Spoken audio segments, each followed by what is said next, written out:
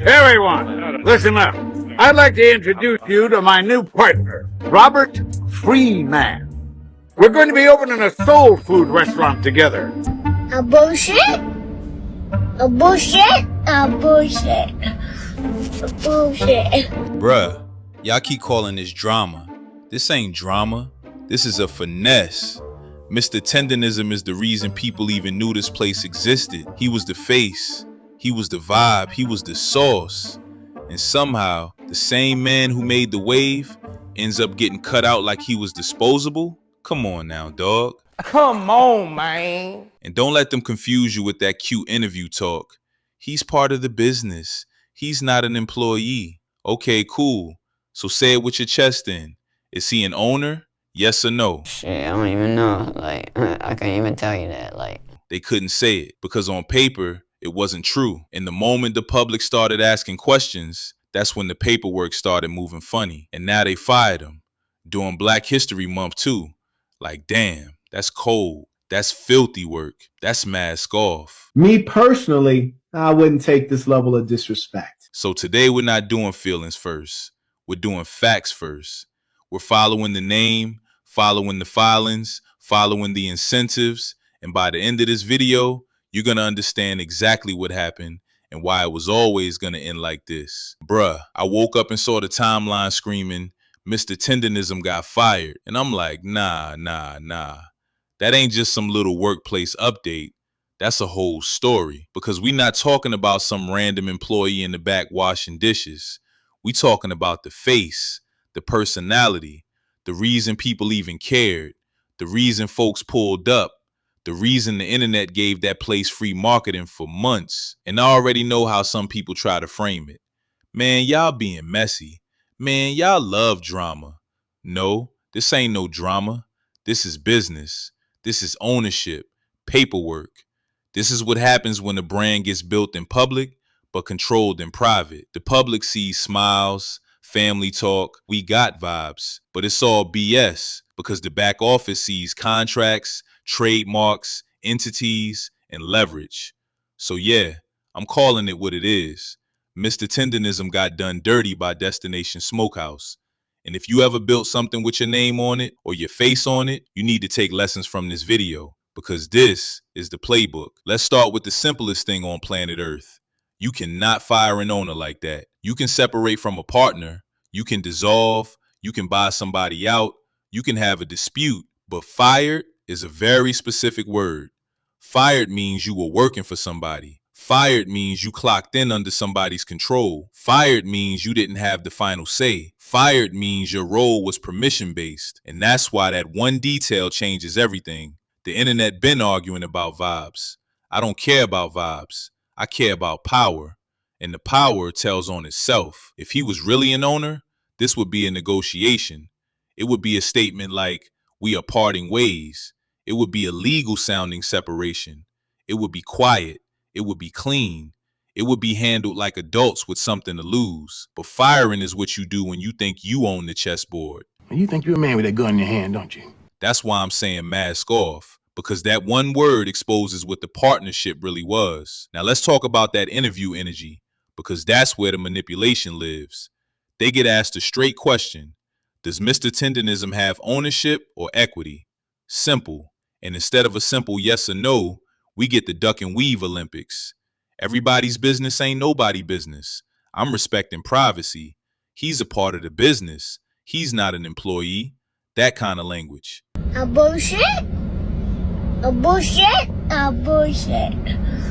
A bullshit. See, we ain't slow. If he was an owner, you would say it with your chest. You would be proud to say it. You would be loud about it because that would kill the backlash instantly. Instead, he tried the Dr. Umar D situation. I beg your pardon. I beg your pardon. When somebody keeps saying part of the business, what they really saying is he's involved, he's around, he's useful, he's attached to the vibes. That does not mean he owns anything that matters. It's like when a label tells an artist, you family. Okay, cool. Family don't get fired. Family don't get cut out. Family don't get threatened when it's time to talk paperwork. Family gets equity. Family gets signatures. family gets protection. Now here's where I want you to lock in. The real asset wasn't just the food. It wasn't the building. It wasn't even the smokehouse. It was the name, the word, the identity. Because once a word becomes viral, it becomes a product. It becomes merch, seasoning bottles, collaborations, licensing. It becomes a whole lane you can monetize without the original person standing there. That's why this just reminds me of the KFC story, the Jack Daniels story, because the recipe is cool, but the brand is forever. The moment you own the brand, you can hire anybody to recreate the vibe. And that's the cold part. A lot of creators think the power is in being loved. Nah, love does not protect you. Paper protects you. Ownership protects you. Control protects you. So when I hear that they got fired, my brain immediately goes to, okay, what happened to the name? What happened to the trademark? What happened to the paperwork? Because if somebody can cut you off that fast, they were never planning to share control. All right. Now we get to the part where it starts smelling like a plan, the trademark talk. Because when you're dealing with viral slang, a catchphrase, a name, the trademark is the gun on the table. And the story people been laying out is that tendernism was filed in a way that didn't look like it came from the public-facing brand name. And that matters because that's how you move in the shadows while the internet's still arguing about feelings. Think about it. If you own the trademark, you own the right to stop other people from using it in business. You can block the original creator from selling merch. You can block them from opening a spot under the same name. You can block them from doing sauces, rubs, seasonings, partnerships. That's not just petty, that's control. And it's even nastier if the person who made the word famous is sitting there thinking, we brothers, we family, we building together, while the other side is thinking, nah, I'm securing the asset. They kept them around until the trademark went through. And when you're evil, that's exactly what you do. You don't cut the cord until you got the parachute packed. Now let's talk grown man logic, paperwork, public records, corporate filings, because this is where the fantasy dies. The way ownership usually works is simple. If you own a piece of the company, there's a trail. Your name is on something. Shares, membership interests, operating agreement, something. It don't have to be public in every detail, but it exists. So when people start pulling business filings and they only see one side listed, they start asking the obvious question. Where is Walter on the paper? Where is Mr. Tendernism on the paper? And generally, if your name not on nothing, you don't control nothing. You might get paid, you might get promises, you might get a handshake deal, you might get we'll take care of you, but we'll take care of you is not ownership. We'll take care of you is what people say when they want you comfortable enough to keep working. And then you see Mr. Tendernism make that new page. And he comes on camera like, this the official Mr. Tendernism. I'm the original, not nobody else, the original. Hey y'all, come look at this.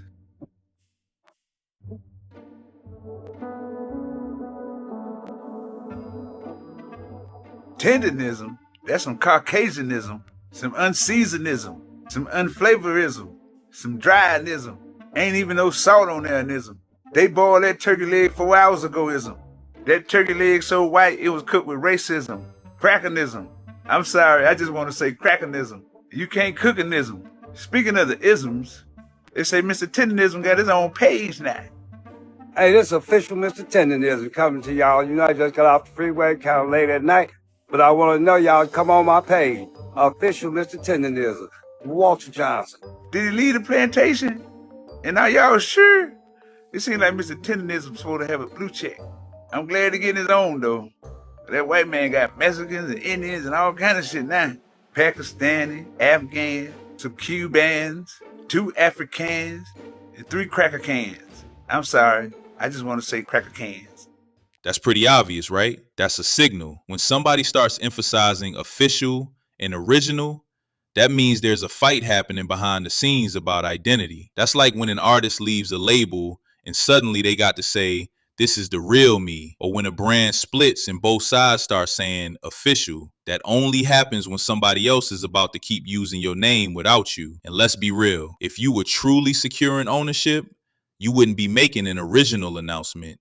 You be in the office with your paperwork. You be announcing your next move from a position of power. So the fact he had to say it like that tells me he knew something was being taken, or at least he felt like it was. And that's when the whole story turns from messy to predatory. And bruh, the heaviest claim in the whole story is the lawsuit threat. According to what Cartel Bo says, Walter told him they didn't just fire him. They told him if he uses tendernism, they will sue him. Emotional damage. That's what's being claimed. And if that's true, that is the ultimate flex. That's the final move. That's not just we don't want to work together. That's we want you to disappear. That's we want you to have no path back to monetizing what you created. Because think about how sick that is. You make a word famous. You become the face. You build the traffic, and then somebody tells you you can't even use your own thing without legal smoke. How, Sway? That's filthy work, because the goal is not just to win. The goal is to make sure you can't even rebuild. And man, even after all this, I checked their IG yesterday, and they still posting Mr. Tendernism clips, still reposting old content, still using his face and his vibe to keep the machine running. That's predatory. Bruh, how you gonna fire the man, tell him he can't use the name, but you still using him as the billboard? How, Sway? That's like getting fired from your job, and then you drive past and your face is still on the company's new ad campaign. Like, wait a second. So I'm not good enough to keep, but I'm valuable enough to sell. This feels like the modern version of we don't need you.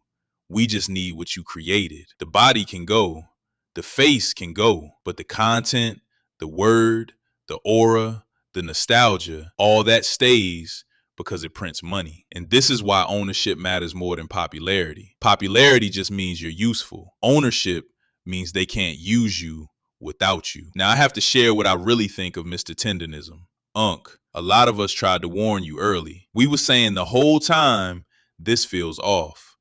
Why the whole restaurant wave looks like it's riding on one man. Why y'all keep dodging the ownership question? And the response, at least from what we heard in these clips, was basically mind your business. Stop with the narratives. Quit trying to stir drama. He was rocking with them. And I ain't gonna lie, that's the part that makes it a little harder to feel bad instantly. This my partner, Nick. He my brother. He my 8-soul soul. We gonna keep it that way. Hey, we don't need no hate. Look, don't hate on him. Don't hate on that we trying to take it. I can take it. It's A bullshit? about that. Take You that. already know. Hey, look. Yeah. Hey, if y'all want to help something, send some good comment. Come down to Destination. It's in the southern part of California, city be very epic. I'm talking about Destination, one in the nation. Check it out, family. Yeah. This unk right here, y'all. Mr. Tenderism. Or Tenderism, however y'all want to pronounce it, forgive me. Yeah. Unk look like he on some get out type shit right here, man. I ain't gonna back. Ever since Keith Lee pulled up and exposed what's really going on behind this operation, shit just been looking suspicious. And this right here, this picture, it doesn't make it any better. Somebody go rescue Unk. Matter of fact, I have to say this. Some people just like Samuel Jackson on Django. Candyland live forever, motherfucker. But if Unk needs to get out, he need help, blink twice. Let us know, but I'm for no grade. 2,000 years later. Hey, this is official Mr. Tendernism coming to y'all. You know, I just got off the freeway kind of late at night, but I want to know y'all come on my page. Official Mr. Tendernism, Walter Johnson. Yes, sir. Y'all come on down now. I'm the Tendernism original. Not nobody else. The original Tendernism. Booyah. Y'all know what's going on.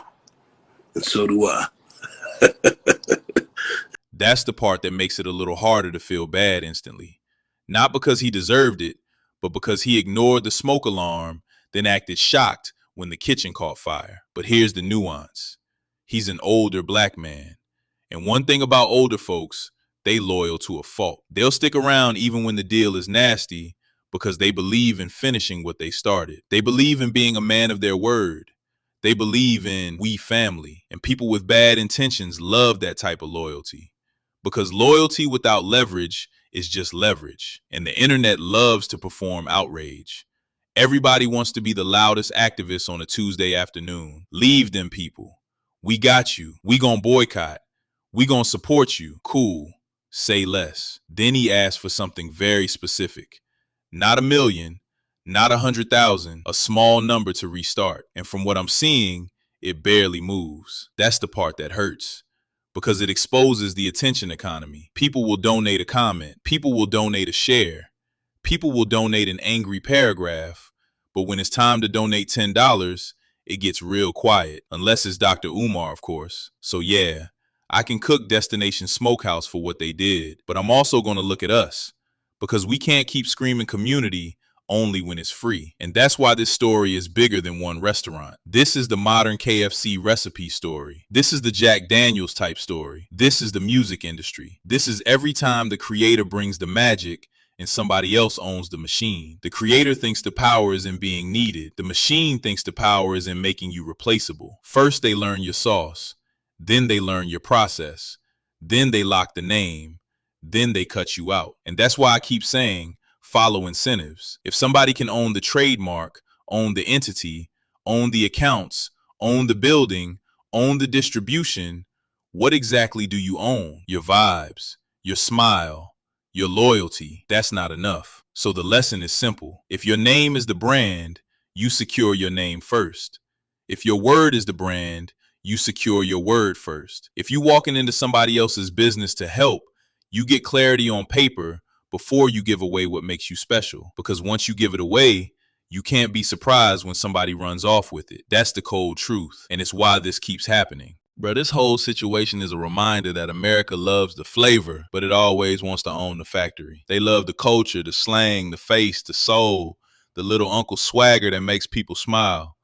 But the minute the money shows up, the room gets quiet and the paperwork gets loud. And for Mr. Tendernism, the lesson is painful. Loyalty without leverage is just work. If you let people play word games about ownership, you're already in danger, because people who plan to share with you do not hide the details. They brag about the details. For Destination Smokehouse, if even half of what's being claimed is accurate, that's dirty work. You can't tell a man we brothers, then treat him like a disposable marketing prop. And if you really did keep him around until the trademark got secured during Black History Month too, man, that's not just cold, that's evil. But I'm not letting the community off the hook either. We can't keep doing the same performance every time. Everybody yelling, "We got you," then the real life support don't match the noise. If you really want to protect people like don't just tweet, back the rebuild. And has to tell his story too, because it's hard to help when we don't know the full story from his mouth. And here's my question for the comments. Do you think Mr. Tendernism ignored the warnings and paid the price? Or do you think the community should have backed him harder the moment the mask slipped? Now, this next video that just popped up is even crazier, because it's another example of people getting played behind the scenes while the internet argues about the wrong thing. Click now and I'll see you on the next one. Panda out.